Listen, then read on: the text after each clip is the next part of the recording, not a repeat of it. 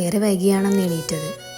ചീത്ത പറയാനോ വഴക്കു കൂടാനോ എന്തിന്, തന്നെക്കുറിച്ച് അന്വേഷിക്കാനോ ഇനി ആരുമില്ലെന്ന ബോധം നെഞ്ചിൽ സൂചിയാൽ കുത്തി നോവിക്കുന്നുണ്ടായിരുന്നു. സന്തോഷമാണോ സങ്കടമാണോ, ഒരു നിർവികാരവതിയായി ഞാൻ കണ്ണാടിയിൽ നോക്കി നിന്നു.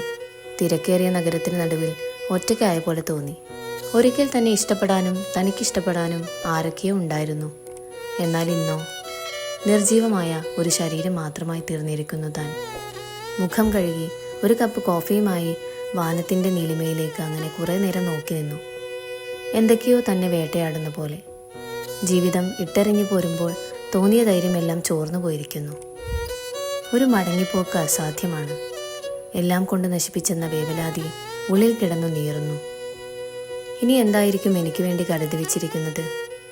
കുറേ നേരം വിദൂരതയിലേക്ക് കണ്ണു നട്ടിരുന്നു. പിന്നീട് കേട്ടത് ഒരലർച്ചയായിരുന്നു. ശേഷം വലിയ നിശബ്ദത.